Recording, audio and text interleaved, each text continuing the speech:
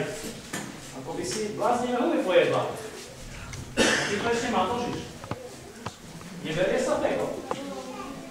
Ale ťa vyprovadí. Otec! Čo blázniš, človeče? Čo sa ti robí? U nás v dome jakže bitky neplatí, chceš začínať. Nehanbíš sa. Nie, ty sám pýtaš, na koho bola namierená.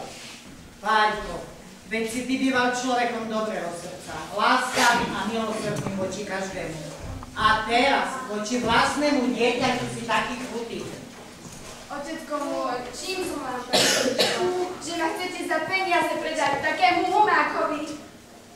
Kazičko, veď ani ja som sa proti vám ničím neprehrešil. A vy ma teraz vyháňate z domu a ničo by som vám bol veľačo pokradol.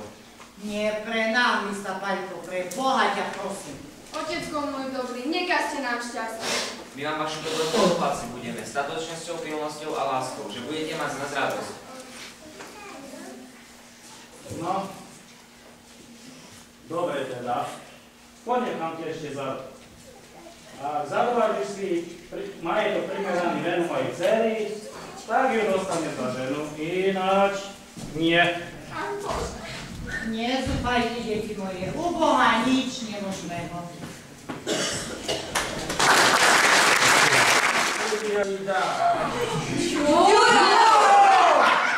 Joj, ale ste mi dali! Čože si nadal mou mezi?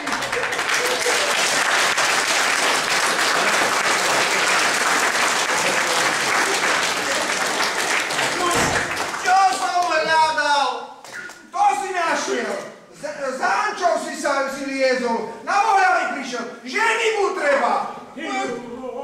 Čo si robil v tom reci, ty trúžko jeden? Ale slabo. A že si už aj von z toho vreca, lebo keď vidím tú pachu, ešte raz takto dosredia, Oj, tak čerám.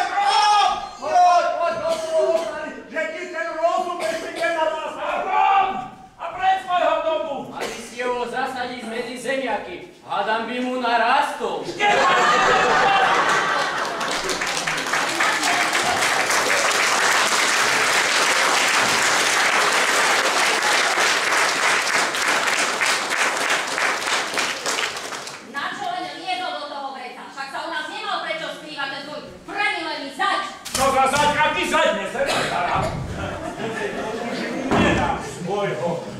Svoju dceru za ženu, veď je sprostý ako to prece zemiako. Veď to, ani nič nekradol a dal sa prichytiť.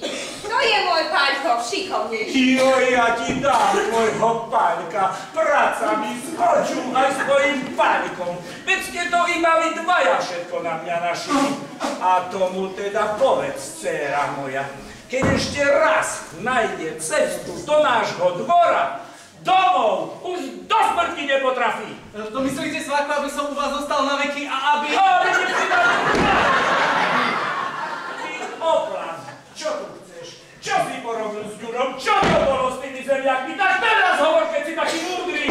Nuž, tak všetko rád rádom, pomaly. Nuž, spýtali ste sa na zemiaky, tak trebalo do rektorov ostať. A tu sú ešte stále. Joj, počúvaj, daj pokoj aj s rektorom, veď taká chutná večera je oveľa lepšia ako nejaké rektorové zemiaky. Anča, chystaj na spol! A ty oplan jeden, čo si to všetko vydúmal, poď do vnútra.